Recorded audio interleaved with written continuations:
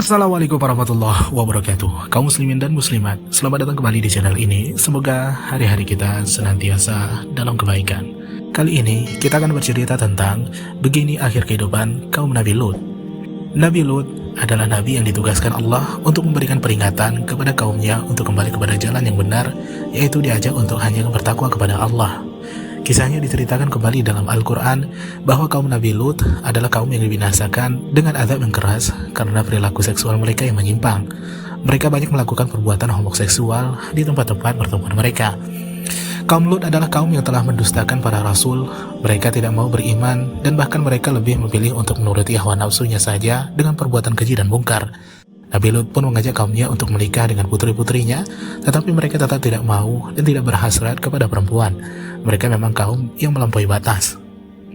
Dalam surah Asy-Syu'ara ayat ke-165 dan 166 yang berbunyi, "Mengapa kamu mendatangi jenis laki-laki di antara manusia berbuat homoseksual dan kamu tinggalkan perempuan yang diciptakan Tuhan untuk menjadi istri-istri kamu? Kamu memang orang-orang yang melampaui batas." Setelah berulang kali diajak ke jalan yang benar oleh Nabi Lut dan mereka kaum Lut tetap tidak mau dan tetap dalam kesesatan yang nyata, akhirnya Nabi Lut pun berdoa kepada Allah, "Ya Tuhanku, selamatkanlah aku dan keluargaku dari akibat perbuatan yang mereka kerjakan."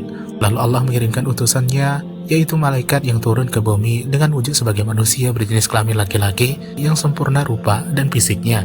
Dan ketika para malaikat itu datang kepada Nabi Lut, dia merasa takut akan keselamatan tamunya tersebut. Kaum Nabi Lut pun berhasrat kepada para malaikat tersebut, tapi dihalang-halangi oleh Nabi Lut dan berkata kepada kaumnya, "Wahai kaumku, inilah putri-putri negeriku.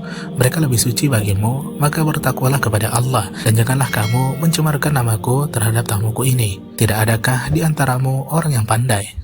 Mereka menjawab, "Sesungguhnya engkau pasti tahu bahwa kami tidak mempunyai keinginan atau syahwat terhadap putri-putrimu, dan engkau tentu mengetahui apa sebenarnya yang kami kehendaki." Nabi Lut pun berkata, "Sekiranya aku mempunyai kekuatan untuk menolakmu atau aku dapat berlindung kepada Allah yang Maha Kuat, tentu aku akan lakukan." Para malaikat berkata, "Wahai Lut, sesungguhnya kami adalah para utusan Tuhanmu. Mereka tidak akan dapat mengganggu kamu. Sebab itu, pergilah kepada keluargamu pada akhir malam dan jangan ada seorang pun di antara kamu yang menoleh ke belakang, kecuali istrimu. Sesungguhnya dia juga akan ditimpa siksaan yang menimpa mereka. Sesungguhnya saat terjadi siksaan bagi mereka itu pada waktu subuh. Bukankah subuh itu telah dekat?" Lalu Allah menyelamatkan Nabi Lut, pengikutnya dan semua keluarganya, kecuali istrinya. Mereka kaum Lut dijungkir balikan dan dihujani dengan hujan batu. Maka ketika keputusan kami telah datang, kami menjungkir balikan negeri kaum Lut dan kami hujani mereka bertubi-tubi dengan batu dari tanah yang terbakar. Surah Hud ayat ke-82. Tidak ada satupun yang selamat atas kaum yang membangkang tersebut dan betapa buruk azab yang menimpa mereka. Demikian akhir yang buruk yang menimpa kaum Lut yang berbuat kerusakan di muka bumi ini. Begitu banyak Allah memperumpamakan di dalam Al-Quran, dan kita pun ternyata melaluinya begitu saja, tidak memperhatikan dan tidak mau mengambil pelajaran. Katakanlah Muhammad, berjalanlah kamu di bumi, lalu perhatikanlah bagaimana kesudahan orang-orang yang berdosa. Surah An-Naml ayat ke-65. Kejadian pada masa lampau tersebut bisa saja terjadi lagi pada sekarang ini. Contohnya adalah kaum lesbian, gay, biseksual, transgender, atau dikenal dengan singkatan LGBT. Bukankah kaum LGBT adalah kaum yang melakukan perbuatan keji dan menyimpang secara seksual juga? Bukankah kaum Nabi Lut juga berbuat demikian? Apakah mereka tidak mau mengambil pelajaran dari kaum Nabi Lut? Atau apakah mereka tidak takut dengan penyakit mematikan yang belum ada obatnya, yaitu penyakit AIDS?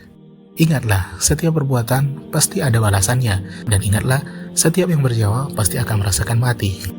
Kaum adalah kumpulan perorangan secara bersama-sama dan atas kesadaran diri sendiri untuk memilih perbuatan baik atau perbuatan yang buruk.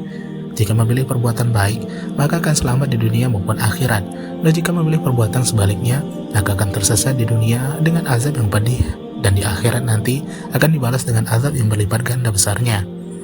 Mari kita sama-sama saling mengingatkan tentang kebenaran dan kesabaran. Belum terlambat buat teman-teman LGBT untuk berhijrah ke jalan yang lebih baik, lagi bertaubat meminta ampun kepada Allah dan berjanji untuk meninggalkan dan tidak akan mengulangi lagi perbuatan keji dan mungkar tersebut. Ingatlah, hidup di dunia ini hanya sekali. Isilah hidup dengan karya yang bermanfaat. Jadilah pemain yang warnai kehidupan ini dengan banyak perbuatan yang benar, yang baik dan bermanfaat, dan bukan menjadi penonton yang hanya menuruti hawa nafsu binatang dan menonton tontonan-tontonan yang tidak benar dan penuh dengan dosa. Dan jangan sampai Allah mengajab suatu kaum karena perbuatan orang perorangannya yang tidak mau berubah, bahkan bebal tidak mau diberi nasihat dan peringatan. Maka benarlah firman Allah Subhanahu wa taala, sesungguhnya Allah tidak akan mengubah keadaan suatu kaum sebelum mereka mengubah keadaan diri mereka sendiri. Dan apabila Allah menghendaki keburukan terhadap suatu kaum, maka tidak ada yang dapat menolaknya dan tidak ada pelindung bagi mereka selain Dia. Ar-Ra'd ayat ke-11. Semoga bermanfaat dan menjadi renungan untuk kita. Wallahu ta'ala a'lam bishawab. Barakallahu fikum wa jazakumullahu khairan.